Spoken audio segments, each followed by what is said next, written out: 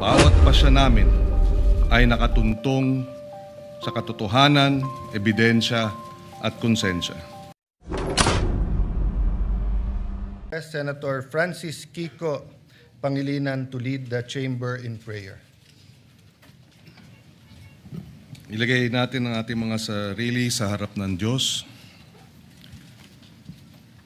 Panginoong Diyos na habag, lumalapit kami sa inyo bilang isang bansa sa aming oras ng katotohanan. Nagpapakumbaba kami at humihiling sa inyo.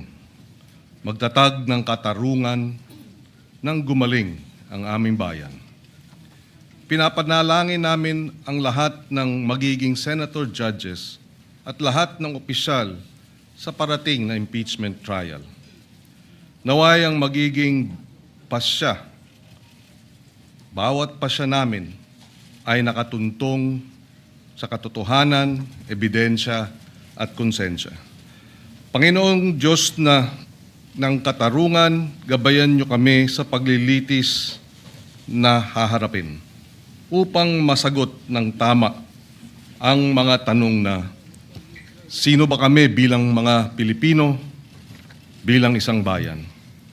Patas ba ang batas dito sa lupang hinirang o kalasag lamang ng makapangyarihan? Tulungan niyo po kaming gawing daan din ito tungo sa katarungan at katotohanan para sa bawat Pilipino, lalo na sa madaling apihin at abusuhin. Panginoong Diyos ng kasaysayan, tulungan niyo po kaming sagutin ang hamon ng panahon at unahin ang interes ng bayan at hindi ng sarili. Tulungan niyo po kaming bigyang bigat ang hatol ng kasaysayan at hindi ng politika. Salamat sa maraming pagkakataon niyo ng pagsagip sa amin sa tila tiyak na kaguluhan at sakuna. Panginoong Diyos na habag, ng habag, katarungan at kasaysayan, habang nagaganap ang paglilitis, ingatan niyo ang aming bansa laban sa puot, karahasan at kaguluhan, ang galit po ng taong bayan. Gawin po ninyong matinding paghahangad sa katotohanan, sa katarungan, hindi sa paghihiganti.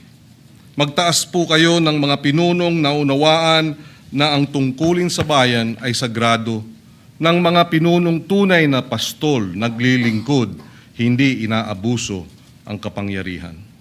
Padaluyin ninyo ang katarungan sa Pilipinas na parang ilog at ang katwiran na parang batis na hindi natutuyo.